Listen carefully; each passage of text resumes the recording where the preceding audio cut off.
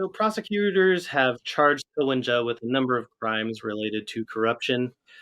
But what exactly is Ke being accused of here? Based on the press release from the Taipei District Prosecutor's Office. So the accusation against Mr. Ke can be divided into, I would say, three major areas. So the first will be Mr. Ke is accused of accepting two bribes in the amount of 2.1 million and 15 million NT dollars.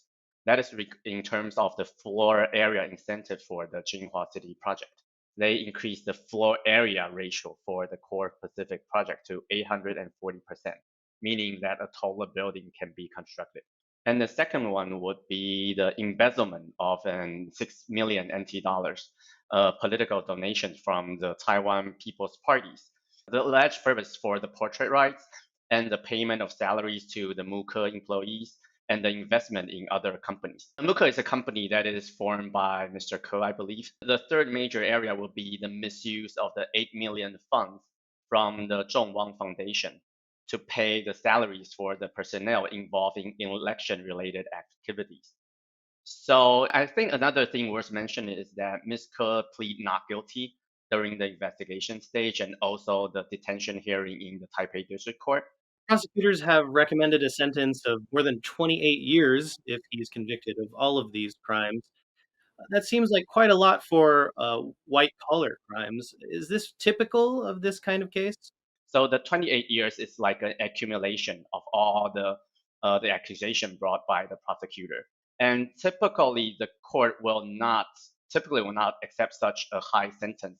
So that is kind of I think, just a suggestion from the prosecutor, and the court has no obligation to follow such sentence suggestions, especially for former government officials.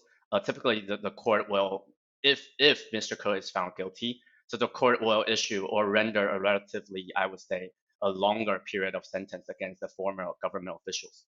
Typically, how long does one of these cases take? Do you expect this to wrap up before the next local elections in 2 years? I don't think so because in my, like, in the sense of the judges, like the practice of Taiwanese court, I I don't think that the court will like take into the legislation election into consideration where rendering the judgment.